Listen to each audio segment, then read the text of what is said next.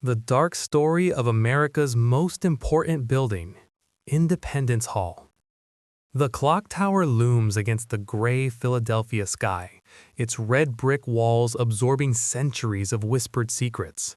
Inside, the floorboards creak with the weight of footsteps long silenced, delegates who argued, compromised, and ultimately signed documents in ink mixed with iron gall, a substance that slowly corrodes the very parchment it adorns. The assembly room's windows, their glass warped by time, cast distorted shadows across the chamber where America's founding documents were worn. The building smells of aged wood and something else, the accumulated residue of heated debate, perhaps, or the metaphorical blood of compromises made. This is Independence Hall, where liberty was codified and slavery was preserved in the same breath. They called it the Pennsylvania State House then, a Georgian structure erected by men who understood that every grand ideal requires a foundation, and foundations are always built on something buried beneath. What lies beneath the mythology of American independence isn't just history, it's a question about whether any nation can be born without carrying original sins into its DNA. Was Independence Hall the birthplace of freedom or the scene of history's most celebrated cover-up? If you're fascinated by the hidden stories, dark secrets, and uncomfortable truths behind the world's most famous buildings, like, subscribe, and hit the bell so you don't miss any. Tell me in the comments, which building or iconic structure should I uncover next? Your support makes these in-depth investigations possible. Thank you for being here. Now, let's begin. The assembly room measured exactly 40 by 40 feet. A perfect square where imperfect men would make decisions that still echo through centuries. In the summer of 1776, 56 men gathered in this sweltering chamber to commit what the British Crown would classify as treason. The room's dimensions weren't accidental. Colonial architecture favored symmetry as a reflection of Enlightenment ideals about balance and order. Yet the conversations that unfolded here were anything but balanced. Delegates sat in Windsor chairs, surprisingly uncomfortable by modern standards, designed more for formality than extended debate, as they wrestled with language that would either inspire a revolution or condemn them all to the gallows. The heat was oppressive. Philadelphia in July is a humid inferno, and in 1776 there was no air conditioning, no relief beyond opening windows that let in swarms of horseflies from nearby stables. Some historians suggest the delegates rushed certain decisions simply to escape the physical discomfort. Imagine the founding document of American democracy potentially accelerated by insect bites and heat exhaustion. But the real discomfort wasn't environmental, it was moral. Thomas Jefferson's original draft of the Declaration of Independence included a passage condemning King George III for perpetuating the slave trade. The paragraph was eloquent, damning, and politically impossible. South Carolina and Georgia's delegates made their position clear: include anti-slavery language, and they would walk. The nation would be stillborn. So they debated. Benjamin Franklin, already elderly and suffering from gout, watched younger men argue about property rights while enslaved people served them food and drink. John Adams, who opposed slavery, calculated the mathematics of revolution. Could 13 colonies defeat an empire if only 11 participated? The answer was no. Jefferson's anti-slavery passage was struck from the document. The irony is almost too perfect to be real. The man who wrote "All men are created equal" owned over 600 human beings throughout his lifetime, and the document declaring independence from tyranny actively protected the institution that was tyranny's purest form. This wasn't a simple case of hypocrisy, though that word fits easily enough. The delegates understood exactly what they were doing. James Madison's notes from the Constitutional Convention 11 years later reveal sophisticated arguments about how to balance moral philosophy with political reality. They knew the contradiction. They chose it anyway. The assembly room became a laboratory for a particular kind of American exceptionalism, the ability to hold two opposing truths simultaneously without cognitive dissonance: freedom and slavery, equality and hierarchy, rights and property. The building's architecture reflected Enlightenment rationality, but the decisions made within its walls were darkly pragmatic. What emerged from Independence Hall wasn't just a declaration or a constitution, it was a template for national cognitive dissonance that persists today. The building itself stands as a monument to this duality. Tourists file through, reverent and proud, often unaware that the Liberty Bell cracked and was never successfully reused, a metaphor almost too obvious to require explanation. The assembly room's walls absorbed conversations about liberty, while enslaved workers likely maintained the building, invisible in official histories. The inkwell from which the Declaration was signed sat on a table built by craftsmen whose names we don't remember, in a building constructed by laborers whose stories were never recorded. Independence Hall forces a question that makes people uncomfortable. What do we do with monuments to contradictions? The building is genuinely important. Democracy's American incarnation began here. But it's also a crime scene, the place where slavery was woven into the nation's founding documents through careful omissions and calculated compromises. This isn't about canceling history or tearing down monuments. It's about recognizing that Independence Hall tells a more complex story than the one on most tourist brochures. The building's importance doesn't negate its contradictions. Understanding those contradictions makes the building's importance more profound and more unsettling. Andrew Hamilton designed the building for posterity, but posterity remembers him mostly through the structure's complicity in America's founding contradictions. Hamilton was a lawyer and architect who began overseeing the State House construction in 1729. He never saw its completion. He died in 1741, decades before the building would host the Continental Congress. This detail matters because it reveals something essential. Independence Hall's symbolic weight came from how it was used, not how it was designed. Hamilton created a colonial government building. History transformed it into a shrine. The building's construction took nearly 20 years, an eternity by modern standards, but typical for 18th century public works. The bricks were fired in local kilns, the lumber sourced from Pennsylvania forests, and the labor, here's where the historical record becomes deliberately vague, was a mix of paid craftsmen, indentured servants, and likely enslaved workers. Philadelphia in the 1730s had a significant enslaved population, and major construction projects regularly utilized their labor. Pennsylvania had a complicated relationship with slavery.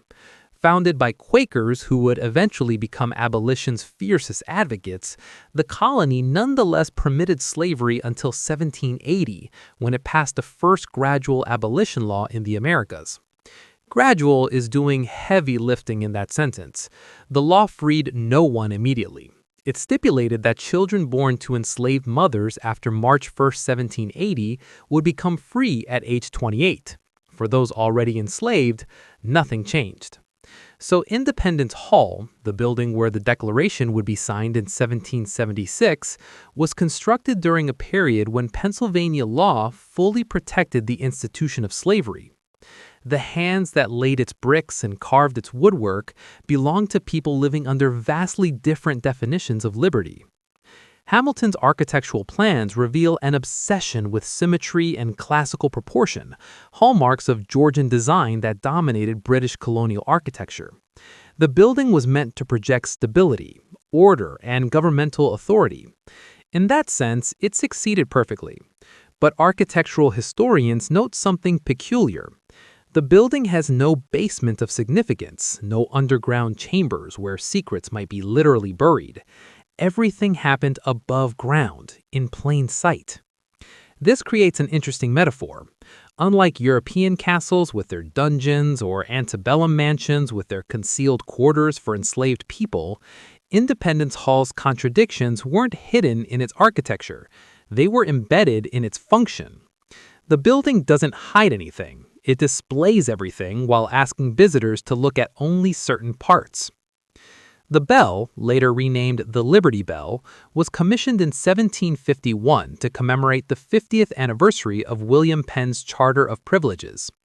The inscription, "Proclaim liberty throughout all the land, unto all the inhabitants thereof," comes from Leviticus. It cracked on its first test ring. Recast twice, it cracked again in the 1840s. The bell that symbolizes American freedom literally couldn't maintain its structural integrity. Some see poetry in this failure. Others see an obvious metaphor that history can't resist. A bell proclaiming liberty that couldn't function properly, housed in a building where liberty was proclaimed while being systematically denied to hundreds of thousands of people. The symbols practically write their own critiques. Andrew Hamilton didn't design Independence Hall to be a monument to contradiction. He designed a provincial government building. But the building's later use crystallized something essential about American identity: the simultaneous pursuit of idealistic principles and pragmatic accommodations that undermine those principles. The architecture itself is unremarkable by European standards. Competent Georgian design, but nothing revolutionary. Yet it became one of America's most sacred spaces, not despite its contradictions, but perhaps because of them. The building mirrors the nation: impressive facade, elegant proportions, and a foundation built on compromises that required some people to be less than fully human. Hamilton's legacy is architectural, but Independence Hall's legacy is philosophical, and philosophy has a way of asking uncomfortable questions. Can a building designed and constructed through morally compromised labor become a legitimate symbol of liberty? The answer probably depends on whether you believe symbols can transcend their origins, or whether origins permanently taint everything that follows. Independence Hall asks us to hold both truths. It is genuinely significant, and it is genuinely compromised. The building's importance doesn't excuse its contradictions, and its contradictions don't erase its importance. This uncomfortable balance is perhaps the most American thing about it. In 1787, 55 men returned to Independence Hall to write a constitution, and what they chose not to say became as important as what they codified into law. The Constitutional Convention met from May to September, working through another Philadelphia summer, again battling heat and flies, again making compromises that would shape centuries. But this time, the stakes were different. The Declaration had been a divorce announcement. The Constitution would be a marriage contract, defining how disparate states with conflicting interests could function as a nation. The word slavery appears nowhere in the original Constitution. This absence wasn't accidental. It was carefully orchestrated. The delegates understood that explicitly naming the institution might make the document politically toxic, so they developed euphemisms. Enslaved people became persons held to service or labor. The slave trade became the migration or importation of such persons. These linguistic gymnastics allowed Northern delegates to tell themselves they weren't explicitly endorsing slavery, while Southern delegates secured constitutional protections for it. The Three-Fifths Compromise remains the most infamous example. For purposes of congressional representation and taxation, enslaved people would count as 3/5 of a person. The mathematics were brutally cynical. Southern states wanted enslaved populations counted fully for representation, giving slave states more political power but not counted for taxation, reducing their federal tax burden. Northern states wanted the opposite. 3/5 was the compromise, not based on any philosophical principle about partial humanity, but on pure political calculation. James Madison's convention notes reveal the sophisticated reasoning behind this moral abdication. He understood the contradiction perfectly, writing that the convention were to form a government for the nation as it exists. In other words, they took reality as their starting point and built a framework around existing conditions rather than trying to create conditions that matched their stated ideals. This pragmatic approach had defenders, then and now. Creating a functional union required compromise, and compromising on slavery seemed politically necessary for ratification. The alternative, they argued, was no union at all, which might mean no America, which might mean the revolutionary experiment failed completely. But this logic has a dark corollary. It means the United States was founded on the principle that unity was more important than equality, that political expediency trumped moral absolutes.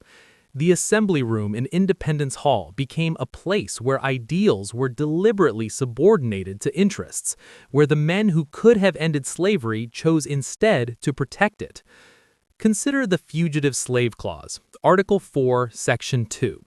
No person held to service or labor in one state, under the laws thereof, shall in consequence of any law or regulation therein be discharged from such service or labor, but shall be delivered up on claim of the party to whom such service or labor may be due.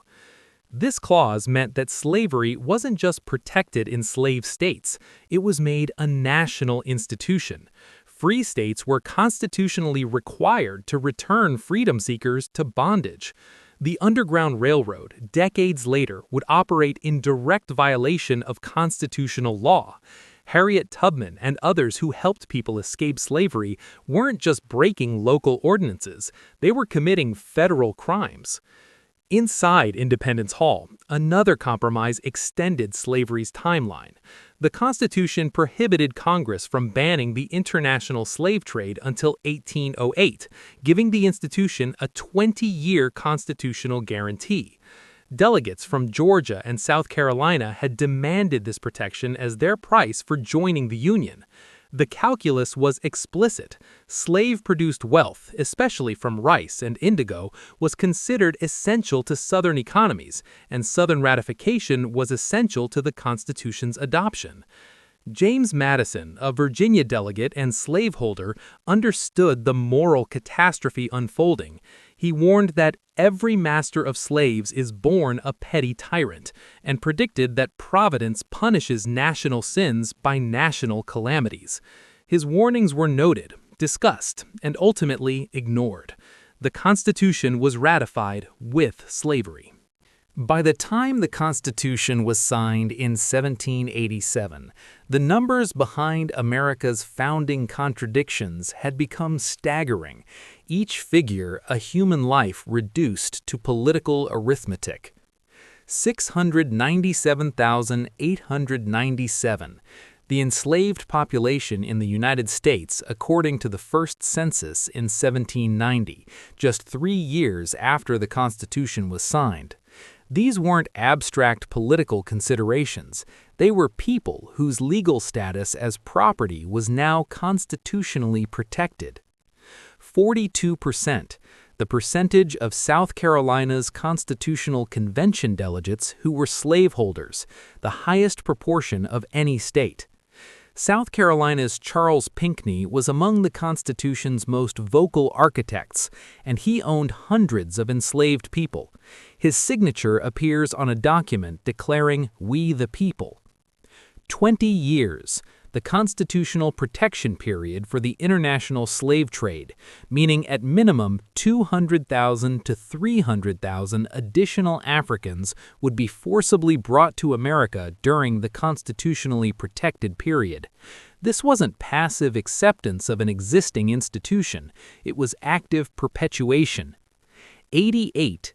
The number of times delegates at the Constitutional Convention discussed issues related to slavery, according to Madison's notes, though they avoided using the word itself.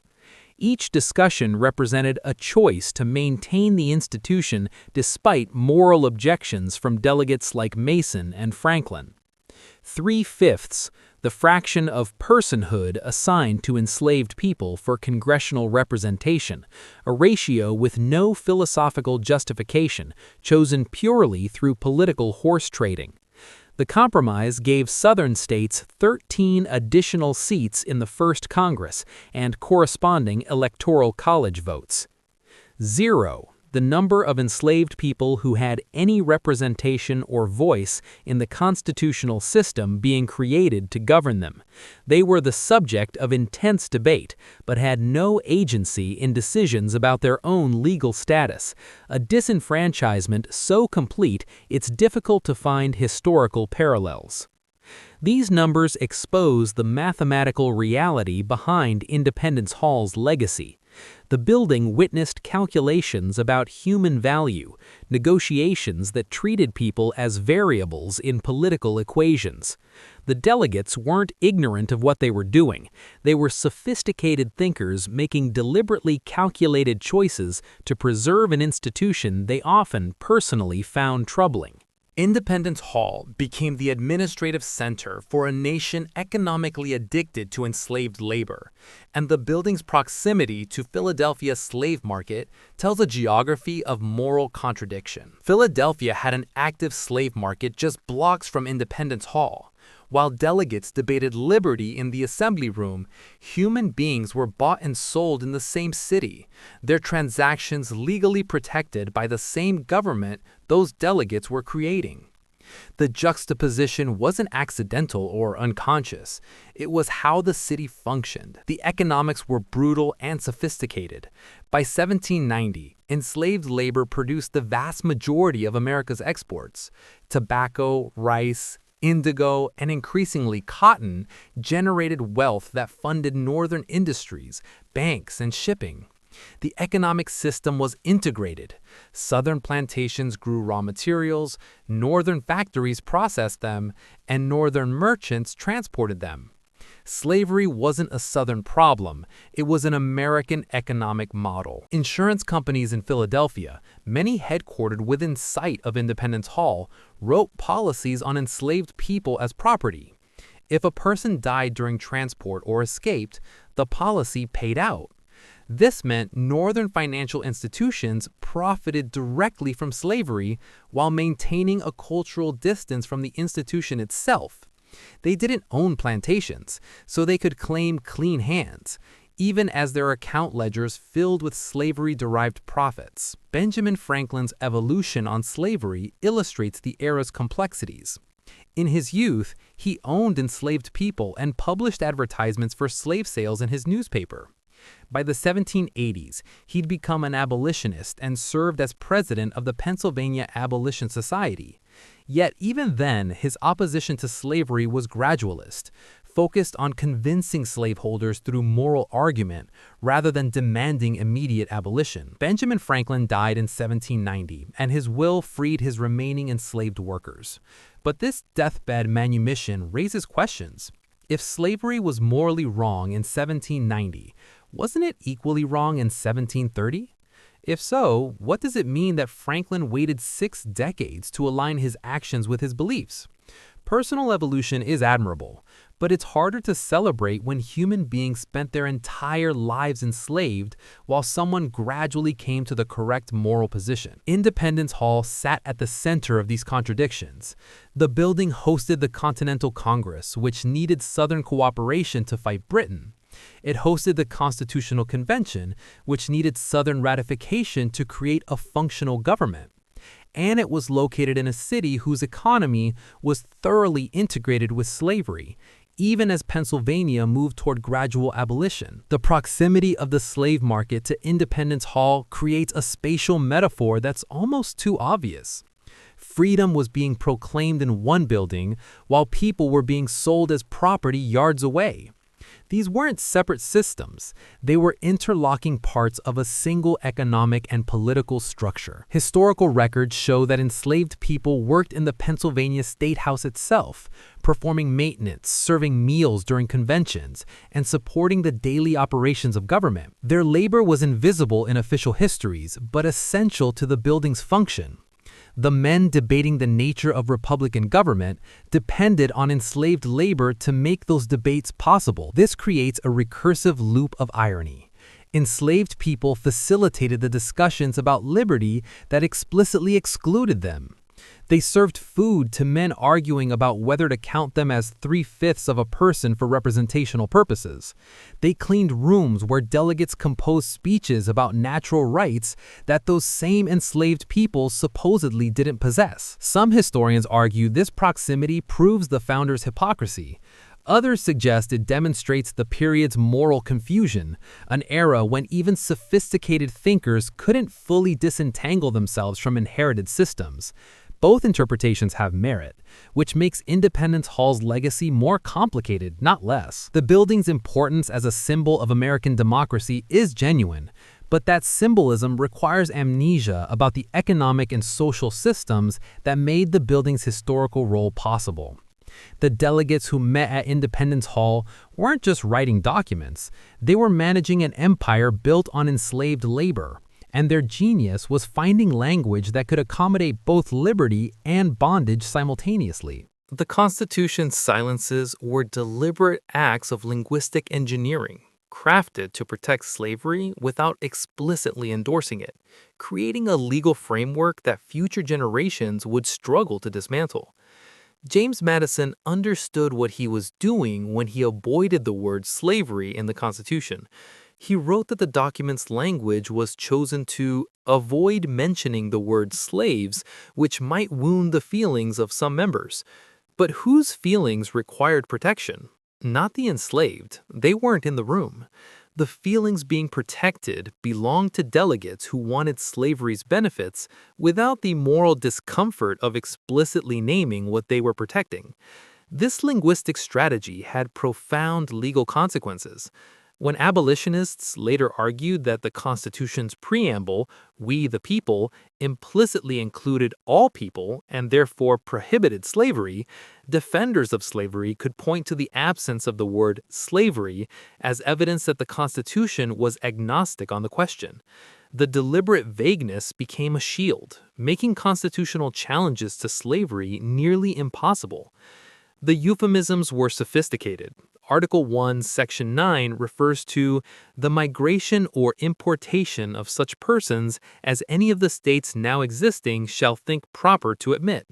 This opaque language protected the slave trade while making it sound like immigration policy.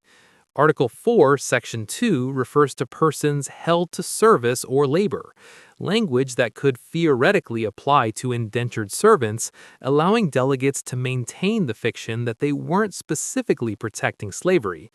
But everyone knew what these phrases meant. The Constitutional Convention's debates, recorded in Madison's notes, make clear that such persons meant enslaved Africans, and held to service or labor meant enslaved people. The euphemisms weren't fooling anyone present. They were creating plausible deniability for future interpretation. This linguistic strategy reveals something important about how power maintains itself, through ambiguity. If the Constitution had explicitly said slavery is legal and protected, it would have been harder for future generations to claim the document embodied universal liberty.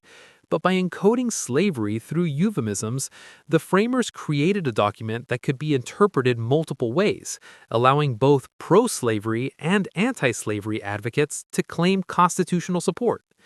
The assembly room where this language was crafted still stands, unchanged except for restoration work. Visitors hear about the brilliance of the Constitution's design, its checks and balances, its federated structure. What they hear less often is that this brilliant design included brilliant strategies for protecting an institution the framers often claimed to oppose. Thomas Jefferson called slavery a moral depravity and a hideous blot. George Washington privately expressed hope that slavery would eventually be abolished. James Madison acknowledged slavery's incompatibility with Republican government. Yet all three men enslaved people throughout their lives, and all three men participated in creating constitutional protections for slavery. This disconnect between stated beliefs and actions reveals something important. Moral knowledge doesn't automatically translate to moral action, especially when action requires sacrifice. The founders knew slavery was wrong. They said so repeatedly in private correspondence. But they also knew that ending slavery would require either compensating slaveholders, financially impossible, or simply abolishing the institution without compensation, politically impossible. So they chose the path of least resistance, protecting slavery while expressing regret about it. Independence Hall became the physical location where this cognitive dissonance was codified into law. The building's assembly room witnessed the transformation of moral clarity into legal ambiguity, of abolitionist sentiment into constitutional protection. The space itself is elegant, symmetrical, rational, everything Enlightenment architecture aspired to be. But the documents produced in that space reflect messier realities: power, compromise, and the willingness to sacrifice principles for political unity. George Washington lived in Philadelphia from 1790 to 1797 while serving as president, just blocks from Independence Hall, and the arrangements he made for his enslaved household staff revealed the moral calculations at the heart of America's founding. Washington brought 9 enslaved people with him to Philadelphia to work in the president's house. Pennsylvania's gradual abolition law created a problem. Enslaved people brought into Pennsylvania became eligible for freedom after 6 months of residency. Washington's solution was legally questionable but meticulously executed. He cycled his enslaved workers in and out of Pennsylvania, never allowing them to remain long enough to claim freedom.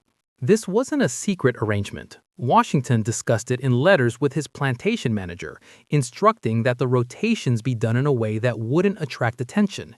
He understood the legal and moral implications but chose to circumvent Pennsylvania's law rather than either accept the loss of his enslaved workers' labor or pay them as free employees.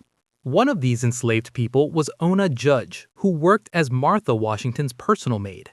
In 1796, she learned that Martha planned to give her as a wedding present to Martha's granddaughter. Understanding that this meant permanent separation from her family and community, Judge escaped. She made it to New Hampshire, where she lived free for the rest of her life, despite Washington's repeated attempts to have her returned.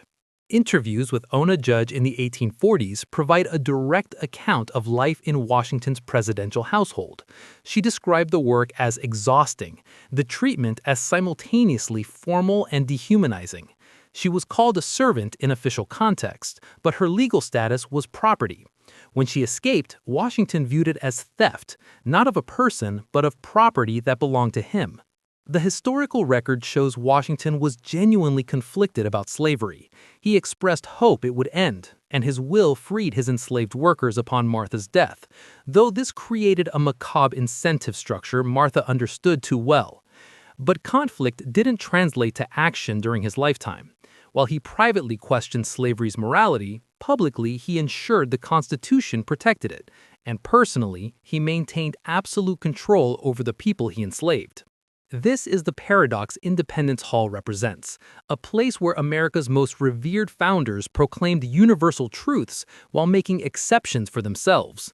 Washington's presidency was based in Philadelphia, a city moving toward abolition, yet he used legal maneuvering to maintain his enslaved household. The cognitive dissonance was extraordinary, but apparently manageable for the man who stood as the living symbol of American independence.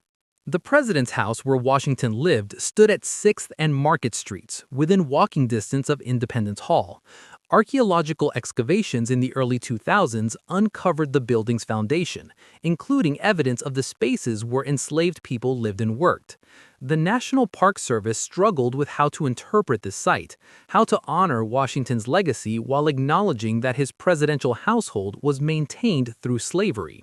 The compromise was a memorial that acknowledges both realities: Washington's importance to American history and his ownership of enslaved people. But even this memorial was controversial. Some argued that focusing on slavery diminished Washington's achievements. Others argued that ignoring slavery would perpetuate historical amnesia. The debate itself mirrors the contradictions Independence Hall represents. Ona Judge's escape raises questions about resistance and agency. She risked everything. Capture meant punishment, possible sale further south, permanent family separation. But she chose freedom anyway, rejecting the paternalistic narrative that Washington cared for his enslaved workers and therefore their bondage was somehow benign. Her escape was a direct refutation of the founding mythology, a declaration that the lofty words in Independence Hall meant nothing if they didn't apply to everyone. Washington never forgot about Ona Judge. He made multiple attempts to recapture her, using federal authority and personal connections. His determination to retrieve someone whose labor he could easily replace with hired help suggests this wasn't about economics, it was about control, about maintaining the principle that enslaved people didn't have the right to choose freedom for themselves. Independence Hall witnessed the creation of a government led by a man who understood freedom's value intellectually, but couldn't extend it to the people he enslaved. The building's legacy is inseparable from this paradox. It's where American liberty was defined by people who practiced tyranny in their private lives. The Liberty Bell cracked because the metal was brittle, but the symbol outlasted the object, and both the crack and the endurance tell us something about American mythology. The bell was commissioned in 1751, decades before it would be renamed the Liberty Bell by abolitionists in the 1830s. Originally called the State House Bell, it was meant to summon legislators to sessions and mark important public events. The inscription from Leviticus, "Proclaim liberty throughout all the land unto all the inhabitants thereof," was chosen to commemorate William Penn's Charter of Privileges, not to make a statement about slavery or universal freedom. The bell cracked on its first test ring in 1752. It was recast by John Pass and John Stowe, local founders, who added more copper to the metal mixture to make it less brittle. The recast bell had a different tone. Some found it too sharp, almost harsh, but it functioned until sometime in the early 19th century when it cracked again. The exact date is disputed. The last definitive ringing was in 1846 for George Washington's birthday. Metallurgists who've studied the bell believe the problem was tin and copper ratios in the bronze. The composition made the bell prone to cracking under stress. There's no mystery here. It's material science, not metaphor. But history doesn't care much about metallurgy when a better story is available. The bell became the Liberty Bell when abolitionists adopted it as a symbol. They pointed to the Leviticus inscription and argued that it represented a promise America had failed to keep. The bell's crack became a symbol of the nation's broken promise to enslaved people. This was brilliant rhetorical work, taking an object with no inherent connection to slavery and transforming it into an abolitionist icon. But this symbolic transformation required forgetting some inconvenient facts. The bell rang in a city where slavery was legal when it was cast. The assembly room where it hung was steps away from a slave market. The men who heard it ring included slaveholders who participated in creating constitutional protections for slavery. The bell didn't represent opposition to slavery when it was made. Abolitionists gave it that meaning decades later. This retroactive symbolism is how national myths work. An object's original purpose matters less than what later generations need it to mean. The Liberty Bell became a symbol of freedom not because it was created for that purpose, but because abolitionists needed a tangible representation of America's unfulfilled promises.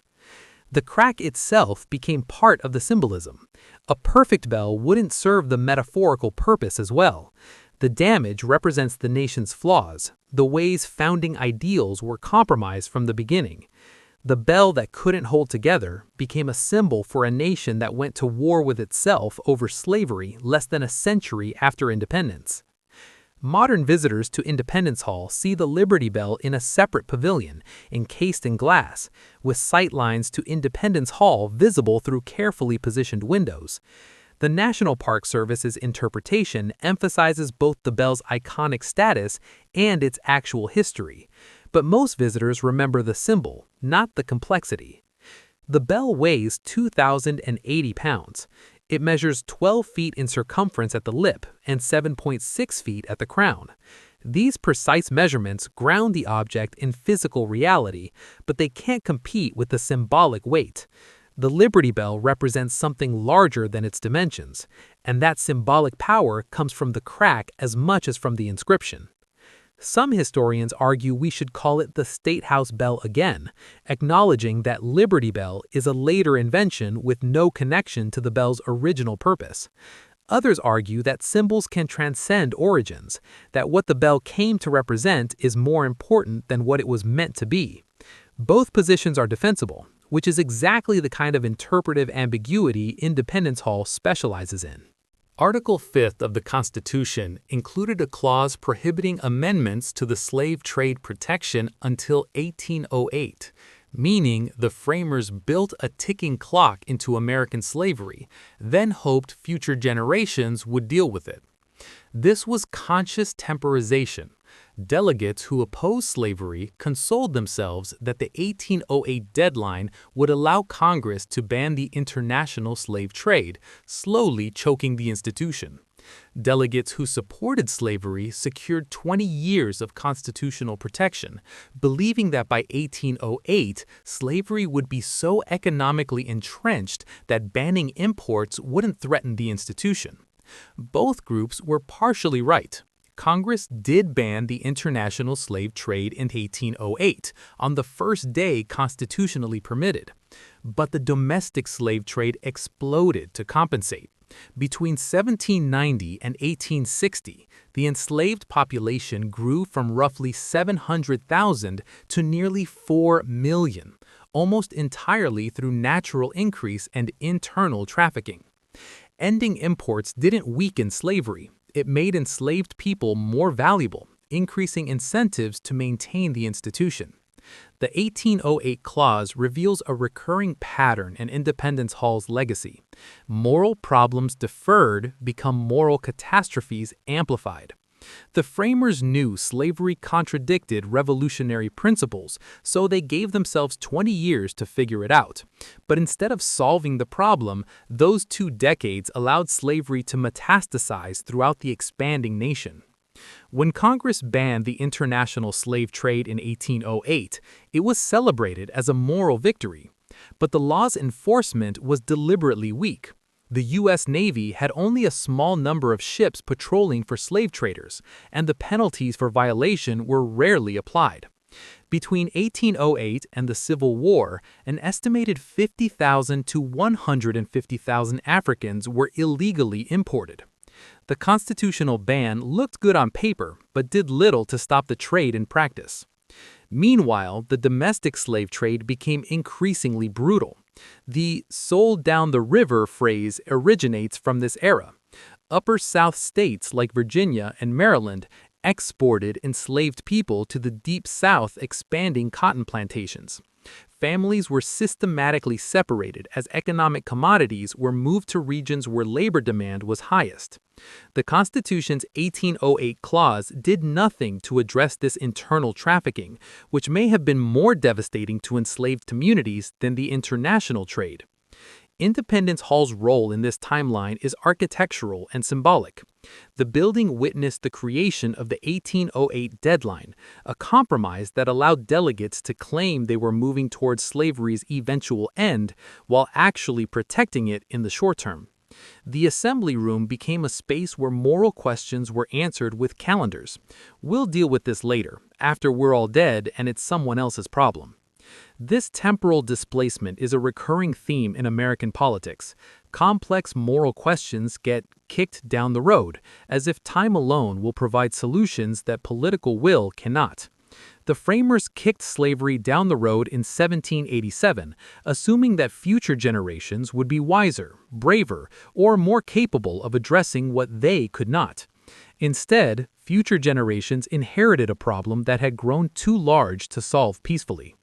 The Civil War, beginning in 1861, was the ultimate price of temporal displacement. 74 years after the Constitution was signed at Independence Hall, Americans went to war with each other over the issue the framers had postponed in 1787. Over 600,000 people died in a conflict that might have been avoided if slavery had been addressed directly in 1787 rather than protected with expiration dates and euphemisms.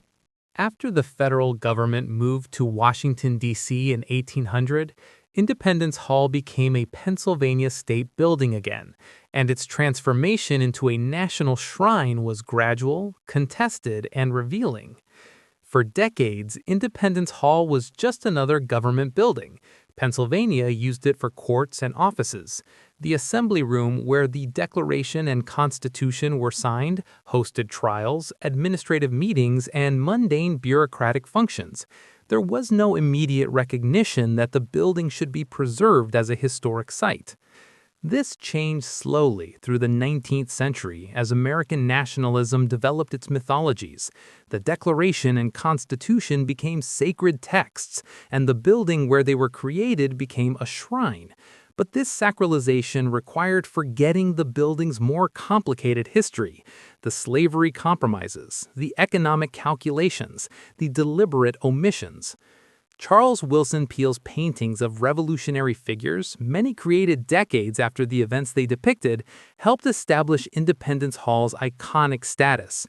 These paintings weren't historical documentation, they were nation-building propaganda, creating visual myths about the founding that emphasized unanimity and high principle while downplaying conflict and compromise. By the 1820s, the last founding fathers were dying, and Americans began to worry that without living memories, the revolutionary generation would be forgotten. Independence Hall became a pilgrimage site for those seeking connection to the founders. But the building they visited was increasingly a stage set for mythology rather than a place where actual history was remembered accurately. The Marquis de Lafayette's tour of America in 1824-1825 included a stop at Independence Hall, where he was greeted as a revolutionary hero. The event was carefully staged, with Lafayette positioned in the assembly room to evoke memories of the Continental Congress. But Lafayette, who had opposed slavery, must have understood the irony. He was being celebrated in a building where slavery had been constitutionally protected by the men he'd fought alongside. The building underwent multiple restorations, each reflecting contemporary ideas about what Independence Hall should represent. In the 1990s, restoration work attempted to return the assembly room to its 1776 appearance, but this required guesswork and assumptions. The historically accurate Independence Hall visitors see today is partly authentic, partly educated reconstruction, and partly architectural fiction designed to match mythological expectations.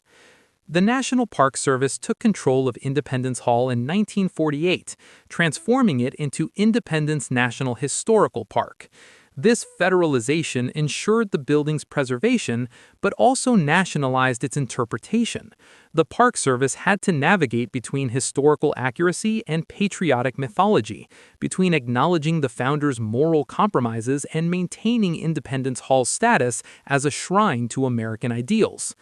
The result is an interpretation that's more sophisticated than it once was, but still struggles with the building's contradictions. Tours mention slavery, but often frame it as a problem the founders inherited, rather than one they actively perpetuated. The framing suggests that the founders did the best they could under difficult circumstances, a generous interpretation that's partially true, but also elides how much agency they actually had. Independence Hall's second life as a national shrine reveals how historical memory is constructed. The building didn't automatically become sacred. It was made sacred through deliberate choices about what to remember, what to emphasize, and what to downplay.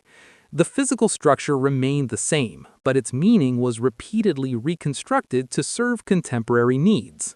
The Three-Fifths Compromise gave Southern states additional congressional seats and electoral college votes based on enslaved populations who couldn't vote, creating a mathematical amplification of slaveholder power that shaped American politics for decades. The numbers were straightforward. Every 5 enslaved people counted as 3 for apportionment purposes. In 1790, this gave Southern states roughly 12 additional House seats compared to counting only free populations. Those seats translated directly into electoral college votes, meaning Southern states had disproportionate influence in presidential elections. This mathematical advantage helped elect every president from Jefferson through Taylor, 1800 to 1849, except the 2 Adamses. Historians call this the slaveholder's bonus, political power derived from people who had no political rights. Thomas Jefferson's presidential victory in 1800 was possible because electoral votes based on enslaved populations in Virginia and elsewhere gave him the margin he needed. The Three-Fifths Compromise wasn't just about representation, it was about money. Federal direct taxes were also apportioned based on population, meaning states with large enslaved populations would pay more. But Congress rarely used direct taxation, so Southern states gained representation while avoiding the tax burden that was supposed to balance it. This created perverse incentives. States benefited politically from having large enslaved populations, which made them economically invested in maintaining and expanding slavery. The Constitution's mathematical formulas turned enslaved people into political assets for slaveholders, quite literally counting them in ways that amplified slaveholder power while denying them any agency. Independence Hall was where this formula was negotiated. The assembly room's comfortable chairs held men who were explicitly calculating the political value of other human beings. James Wilson of Pennsylvania argued that enslaved people should count fully for representation if they were going to be taxed as people. Charles Pinckney of South Carolina wanted enslaved people counted fully for representation, but not for taxation. The three-fifths ratio was the compromise that made both sides sufficiently unhappy to be acceptable. The fraction itself, 3/5, became symbolically loaded. It suggested enslaved people were 60% human, though that wasn't the mathematical or philosophical reasoning. The ratio was chosen to balance competing state interests, not to make statements about humanity. The Constitution assigned a numerical value to personhood, and for enslaved people, that value was discounted. This mathematical manipulation shaped antebellum politics profoundly. Southern representatives consistently blocked anti-slavery legislation, not because they represented majority opinion nationally, but because the Three-Fifths Compromise gave them disproportionate congressional power. Policies on Western expansion, tariffs, and federal authority were all influenced by the mathematical boost slavery gave to Southern political power. The Kansas-Nebraska Act, the Fugitive Slave Act, the Dred Scott decision, all these events leading toward the Civil War were shaped by a political system mathematically rigged to favor slaveholding states. And that rigging was designed in Independence Hall in 1787, written into the Constitution as Article 1, Section 2. The 14th Amendment, ratified in 1868 after the Civil War, finally ended the Three-Fifths Compromise by counting all people equally for representation purposes. But by then, nearly 80 years of American political development had been warped by a mathematical formula that amplified slaveholder power while denying enslaved people any voice. Independence Hall's role in creating this system raises questions about how we evaluate historical compromises. Was the Three-Fifths Compromise a pragmatic solution that allowed the Constitution to be ratified, creating a framework that eventually made abolition possible? Or was it a moral catastrophe that entrenched slavery more deeply, making abolition require a civil war? Both interpretations have historical support, which means Independence Hall's legacy remains contested. Article 4, Section 2 of the Constitution, the Fugitive Slave Clause, made slavery a national institution by requiring free states to return escaped enslaved people, turning the entire nation into a prison for those seeking freedom. The clause's language was characteristically euphemistic. No person held to service or labor in one state, under the law thereof, escaping into another, shall, in consequence of any law or regulation therein, be discharged from such service or labor, but shall be delivered up on claim of the party to whom such service or labor may be due. This meant Pennsylvania, even as it moved toward abolition, was constitutionally required to return freedom seekers to Maryland or Virginia. Massachusetts, where slavery had been effectively abolished, was required to participate in maintaining the institution elsewhere. The Constitution made every state complicit in slavery's enforcement. The Fugitive Slave Act of 1793 provided federal mechanisms for enforcing this clause. Slaveholders could pursue escaped enslaved people into free states, and federal law required local authorities to assist in their capture. This created a surveillance state for black people in free states, where anyone could be accused of being a runaway and had little legal recourse to prove their free status. The Underground Railroad, celebrated in American mythology as a heroic network helping people escape slavery, operated in direct violation of constitutional law. Harriet Tubman, Levi Coffin, and thousands of others who participated in helping people escape were federal criminals according to the Constitution written in Independence Hall. The 1850 Fugitive Slave Act strengthened enforcement further, denying suspected runaways the right to trial by jury and creating financial incentives for federal commissioners to rule in favor of slaveholders. The law was so harsh that many free black people in northern states fled to Canada, recognizing that their free status offered no protection against kidnapping and enslavement under federal law. Frederick Douglass, himself an escapee who remained legally enslaved until British supporters purchased his freedom in 1846, understood the Constitution's role in maintaining slavery. He initially argued that the Constitution was a pro-slavery document that should be rejected, calling it a covenant with death and an agreement with hell. Later, he revised his position, arguing that the Constitution's principles could be interpreted to oppose slavery if its euphemisms were read as not referring to slavery at all. This interpretive flexibility, could the Constitution be read as anti-slavery despite being written to protect slavery, became central to abolitionist strategy. If they could claim the Constitution's preamble and principles implied universal freedom, they could argue slavery was unconstitutional. But this required extraordinary interpretive gymnastics given the document's actual content and the clear intent of its framers. Independence Hall's role in creating the Fugitive Clause transformed geography into a political weapon. The Mason-Dixon line, surveyed in the 1760s to settle a border dispute, became a boundary between freedom and slavery only because the Constitution made it legally significant. The building where revolutionary ideals were proclaimed became the origin point for laws that hunted people across state lines for seeking the freedom those ideals supposedly guaranteed. The psychological impact on Black Americans, both free and enslaved, was profound. Freedom was precarious, even in free states. Families could be torn apart by kidnappings that were legally sanctioned. The promise of American liberty, proclaimed from Independence Hall, meant nothing if you could be seized and dragged back to bondage at any moment. Prigg versus Pennsylvania, 1842, reinforced the Fugitive Clause's power, ruling that states couldn't interfere with federal enforcement of fugitive slave laws. The Supreme Court, interpreting the Constitution written in Independence Hall, declared that states couldn't protect their Black residents from kidnapping if the kidnappers had legal claims to them as property. These cases reveal how Independence Hall's legacy extended far beyond Philadelphia. The documents signed there created legal frameworks that shaped everything from local law enforcement to Supreme Court rulings, all in service of maintaining an institution the founders claimed to oppose, but protected nonetheless. The Confederate Constitution, written in 1861, reveals what Southern states were actually fighting for.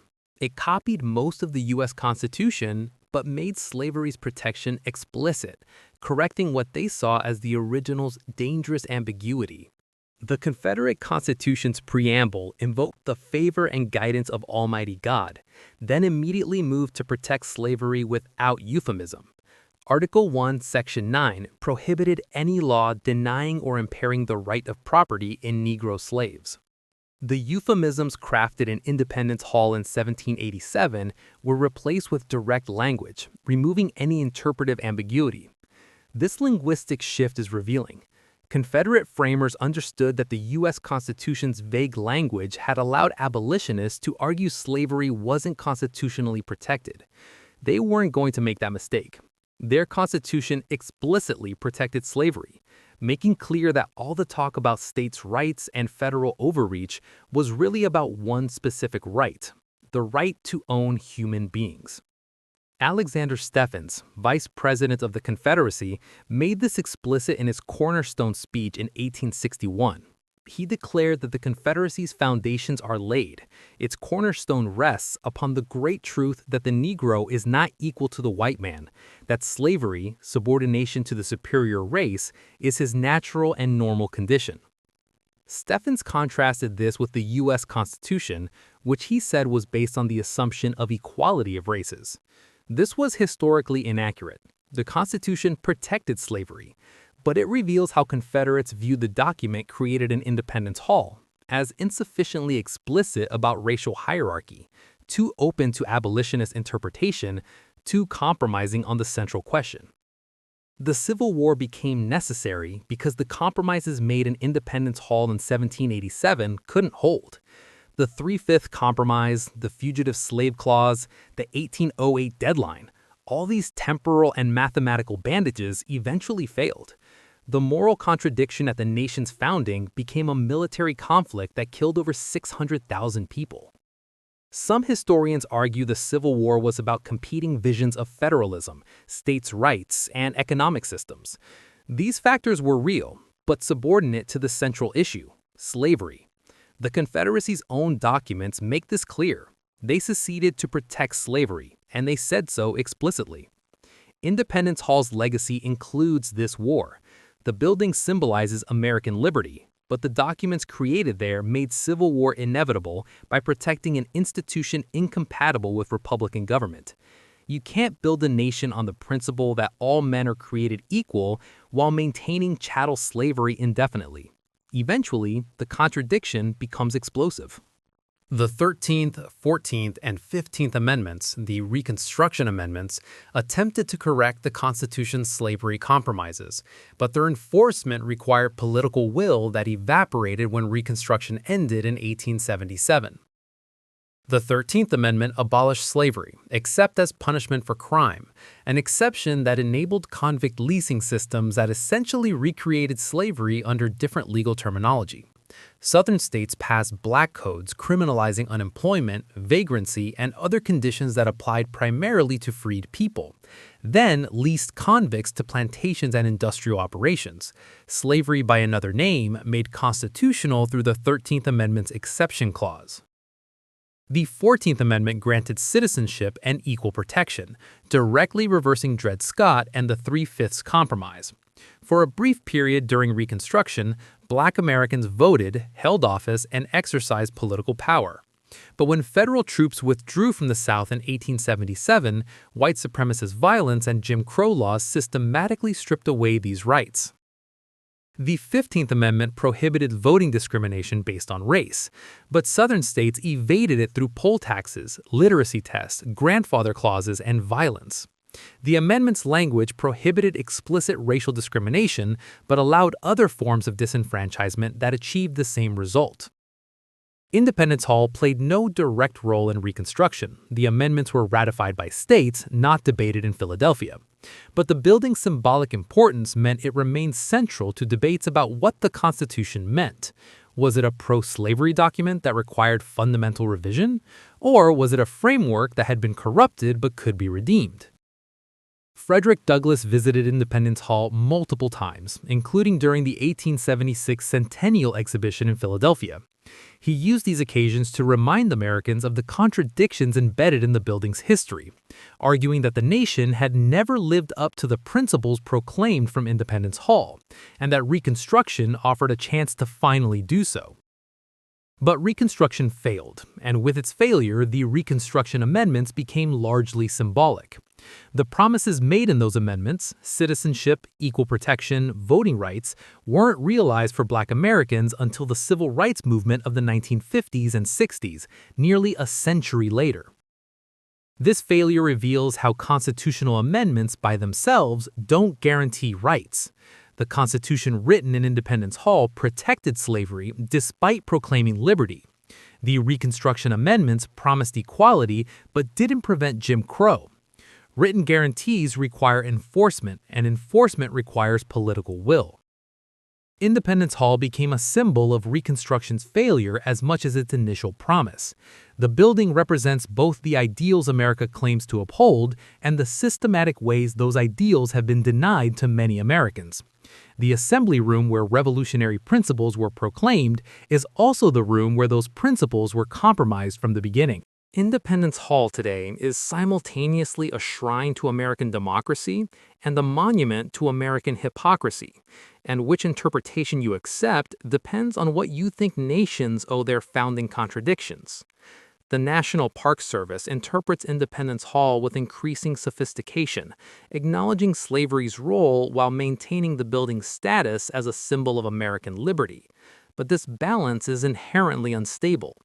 Can you simultaneously celebrate the Declaration of Independence and acknowledge that its author owned over 600 enslaved people? Can you revere the Constitution while recognizing it protected slavery for 78 years until it took a civil war to amend it? Some argue these contradictions should disqualify the founders from veneration. Their hypocrisy was too profound, their moral failures too severe. From this perspective, Independence Hall represents the original sin that still corrupts American society, and celebrating the building means celebrating that sin. Others argue that judging 18th century figures by 21st century moral standards is historically naive. The founders were products of their time, and their achievements in creating a democratic framework were revolutionary, even if they failed to extend that framework to everyone. From this perspective, Independence Hall represents genuine progress, however incomplete. Both positions are defensible, which is precisely what makes Independence Hall such a powerful symbol. The building forces questions that don't have easy answers. It represents both immense moral courage, declaring independence from the world's most powerful empire, and immense moral failure, protecting slavery in the process. These aren't separate facts, they're entangled aspects of the same historical moment. Walking through Independence Hall today, you see beautifully restored rooms, careful historical interpretation, and tourists taking photos. The building is maintained impeccably, treated as a sacred national space. But underneath this reverence is a more troubling story about how nations construct mythologies that make them feel good about themselves while avoiding the hardest questions about their origins. The assembly room's wooden floor, restored but still incorporating some original boards, was walked on by men who understood they were making history. They chose their words carefully, crafted compromises deliberately, and created a governmental framework that survived for over 2 centuries. Their intellectual achievement was extraordinary. But that same floor was walked on by enslaved people whose names we don't know, whose labor maintained the building, whose legal status as property was protected by the documents signed in that room. Their absence from official histories is as significant as the founders' presence. What do we do with this? How do we honor genuine historical achievements while acknowledging moral catastrophes? Independence Hall doesn't answer these questions, it embodies them. The building is the question. Some visitors leave Independence Hall inspired by American ideals, feeling connected to the revolutionary generation's courage and vision. Others leave disturbed by the contradictions, troubled by how thoroughly slavery was woven into the nation's founding. Both reactions are appropriate responses to a genuinely complicated historical site. Perhaps what Independence Hall teaches us is that nations, like people, are fundamentally contradictory. We're capable of inspiring idealism and systematic cruelty, often simultaneously. The building where American liberty was proclaimed is also the building where slavery was constitutionally protected. That's not a paradox to be resolved, it's a contradiction to be acknowledged. The question isn't whether Independence Hall represents freedom or slavery, it represents both.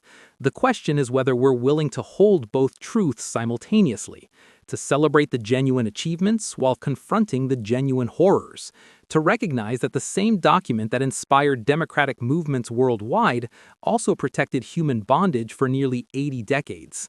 Independence Hall stands as a challenge. Can we mature enough as a nation to acknowledge our contradictions honestly? Can we move beyond the mythology that requires heroes without flaws and villains without complexity? Can we accept that our founding was simultaneously revolutionary and profoundly compromised? The building offers no answers, only the persistent question it's always asked. What does liberty mean if it's only extended to some? And if we can't answer that question honestly, what does that say about whether we've learned anything from the contradictions that Independence Hall represents?